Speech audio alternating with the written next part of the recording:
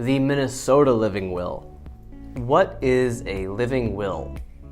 This is a document that allows an adult to state their wishes about what medical treatment or other end-of-life care they would or would not want if they become unable to speak for themselves. A person making a living will is called a principal or a declarant. A living will is often part of a larger document called an advanced directive for healthcare. Another part of an advanced directive usually allows a declarant to appoint another competent adult to make decisions related to their life support. This part can be called either healthcare proxy or power of attorney.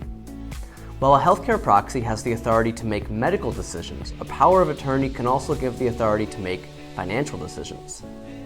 Why use a living will? By creating a living will, you will help your family decide on what should be done in difficult life situations when your health condition requires choosing life-sustaining treatment.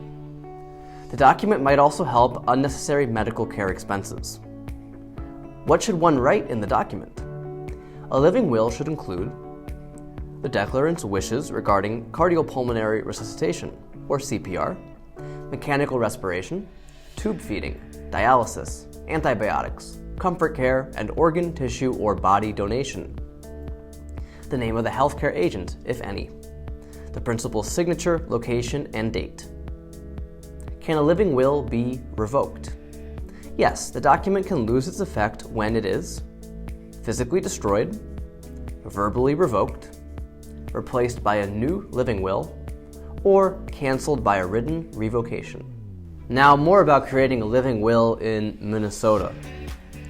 In the state of Minnesota, a living will is usually created in the form of a healthcare directive, which includes a living will and appointment of a healthcare agent. It can be made by any person who is at least 18 years old and of sound mind. It should be signed and dated by the declarant or by another person authorized to do so in the declarant's presence. It also requires at least 2 witnesses of 18 years old or older who are not in any way related to the principal or notary acknowledgement.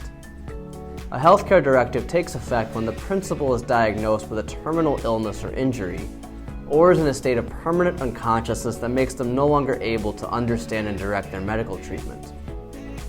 Please note that in Minnesota, you cannot use a living will to authorize mercy killing, assisted suicide, or euthanasia.